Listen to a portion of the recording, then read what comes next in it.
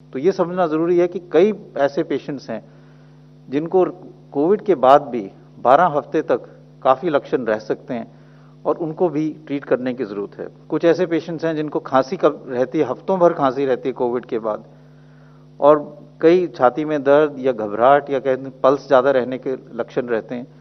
ये भी कई लोगों में है जिसमें थकावट, fatigue, joint pains, body aches, जोड़ों में दर्द होना, जोड़ों में सोजिश लगना, सुबह उठ नहीं पाना या सिर में दर्द रहना कई हफ्ते ये रह सकता है, जिसके लिए सिम्टोमेटिक ट्रीटमेंट बहुत ज़रूरी है।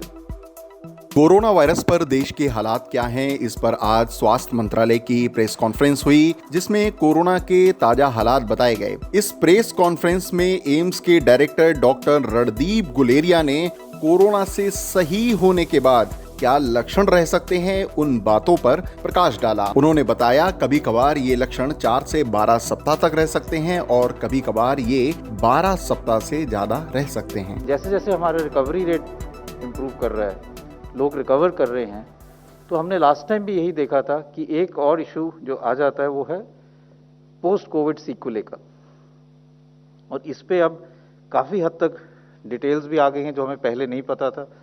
पहली वेव में हम कई लोग समझ नहीं पाए थे कि कोविड के बाद भी कई लक्षण ऐसे हैं जो रहते हैं, और अब इसके लिए काफ़ी हद तक लोगों ने इसका पीरियड भी डिफाइन किया है कि अगर आपके सिम्टम्स जो हैं वो 4 से 12 हफ्ते रहें तो इसको हम ऑन गोइंग सिम्टोमेटिक कोविड या पोस्ट एक्यूट कोविड सिंड्रोम कहते हैं, और अगर 12 हफ्ते से ज़्यादा रहें तो इसको पोस्ट कोविड सिंड्रोम या लॉन्ग कोविड का नाम दिया गया है।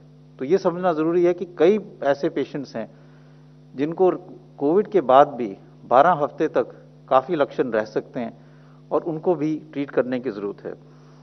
उनमें कॉमन सिम्टम्स तो हम यही जानते हैं कि कई लोग हैं जो रिकवर हो जाते हैं लेकिन कहते हैं कि सांस की तकलीफ अभी भी है, लंग फंक्शन उनके नॉर्मल है, लंग की कैपेसिटी भी ठीक आती है, लेकिन वो थोड़ा भी चलते हैं तो उनको लगता है कि खुल के सांस नहीं ले पाते, चेस्ट में टाइटनेस रहती है। कुछ ऐसे पेशेंट्स हैं जिनको खांसी कब रहती है, हफ्तों भर खांसी रहती है कोविड के बाद, और कई छाती में दर्द या घबराहट या कहते हैं पल्स ज़्यादा रहने के लक्षण रहते हैं। ये सब लक्षण जो हैं ये पोस्ट कोविड या कोविड इन्फेक्शन के बाद भी बॉडी का जो इम्यून सिस्टम है या इन्फ्लेमेटरी रिस्पॉन्स है उसके कारण रह सकते हैं। एक कॉमन सिंड्रोम जो है वो भी कॉमन है जिसको हम कहते हैं क्रॉनिक फटीग सिंड्रोम। ये भी कई लोगों में है जिसमें थकावट, fatigue, joint pains, body aches, जोड़ों में दर्द होना, जोड़ों में सोजिश लगना, सुबह उठ नहीं पाना या सिर में दर्द रहना कई हफ्ते ये रह सकता है, जिसके लिए सिम्टोमेटिक ट्रीटमेंट बहुत ज़रूरी है। एक और सिम्टम है जिसका नाम जनरल सोशल मीडिया में ब्रेन फॉग दिया गया है, जिससे जो कोविड से लोग रिकवर कर जाते हैं कभी कभी वो कंसंट्रेट नहीं कर पाते, काम करने में उनको दिक्कत होती है कई हफ्तों तक, और कई दफ़ा इंसोम्निया होता है कि सो नहीं पाते, या डिप्रेशन हो सकता है।